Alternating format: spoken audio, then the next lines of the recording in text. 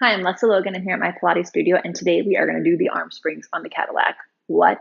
The arm springs are amazing, and they can be for anybody. You can be beginner and doing arm springs. You could be super advanced and doing arm springs. You could be super strong and do these arm springs. Somehow they are fitting for everybody. So let's talk about setup first. The newer you are or less connected to your back you are, the closer you are to the springs. So it is not about this. You don't have to be set up where the springs are taut and then go all the way down to the mat, because if you're not connected to your back, what's the point? I don't care how strong you are, you have to be connected to your back. So the closer you are to the mat, for connection, and then as you're connected and getting stronger, you work yourself out.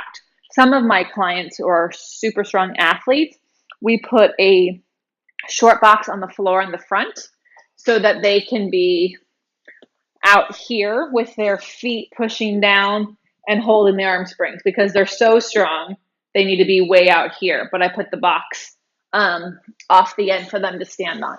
But for me, I'm way back here, and there's zero wrong with wherever you are. It doesn't matter. You're still freaking strong as long as you're connected to your back. So I'm going to set up about here. You can set up with knees bent, feet together, or legs straight out. If you have back issues, knees bent, feet together.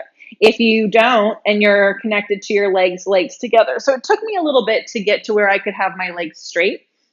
Um, there was a time I was here a lot because I needed to have my feet pushing down into the mat so I could connect to my seat.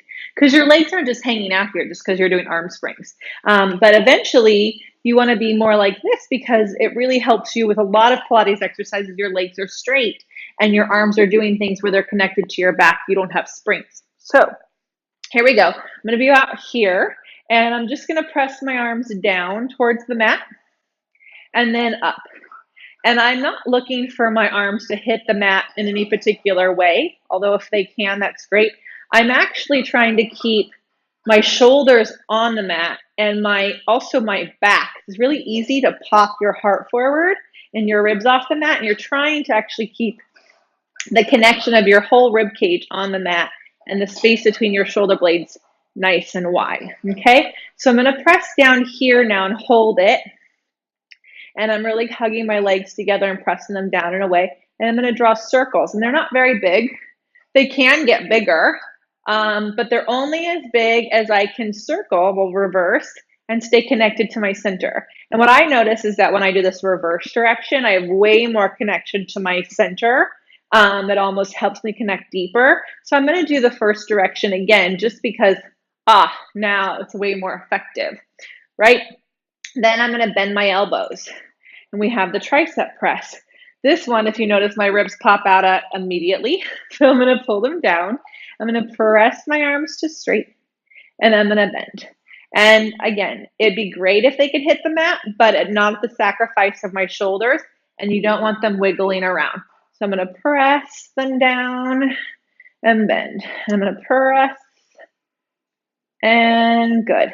Let's do one more and stay here. Now this is the harder one. I'm going to turn my palms in. I'm going to open my arms up. I like to picture that I'm on the pedal here.